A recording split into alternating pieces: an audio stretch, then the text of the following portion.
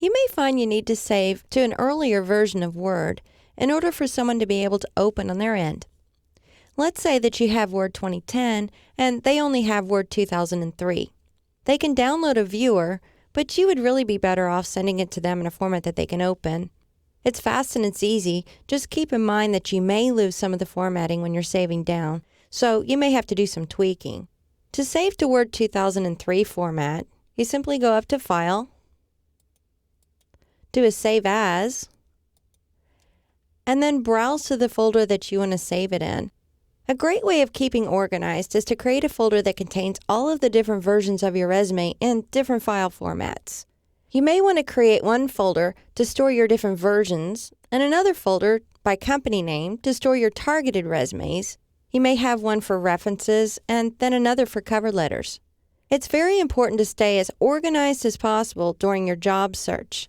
So I'm just going to quickly create a new folder. I'm going to go to my desktop and I'm going to create a new folder here called Resumes. And I'm going to double click on it to open that folder. Now I'm going to give it a file name. I'm going to call this Marianne Siegert Resume. If you use your name in the file name, it's an easy way for the employer or potential employer to be able to find your resume amongst a bunch of others. If you simply name it resume, they might not be able to find it as easily. Underneath of Save As Type, I've got Word document.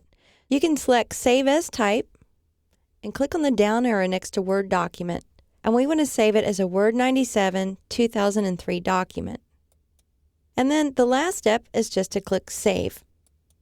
You'll always want to check the formatting and make any changes to the document that's needed. So go ahead and scroll down through your document. Make sure that there's no major or minor changes that you need to make. Sometimes there are, and sometimes there are not. It just depends on what formatting that you used. You might want to check things such as your numbering, your field codes, if you have tables in the document. And as you can see, this resume doesn't need much tweaking at all. It's always a good idea to have your resume saved to a lower version of Word just in case it's needed. It's easy to do, and as you can see, it really takes little effort on your part. This way, you'll be as prepared as possible if the situation arises and you find that's needed just right away. And it's a great tool to add to your job search toolbox.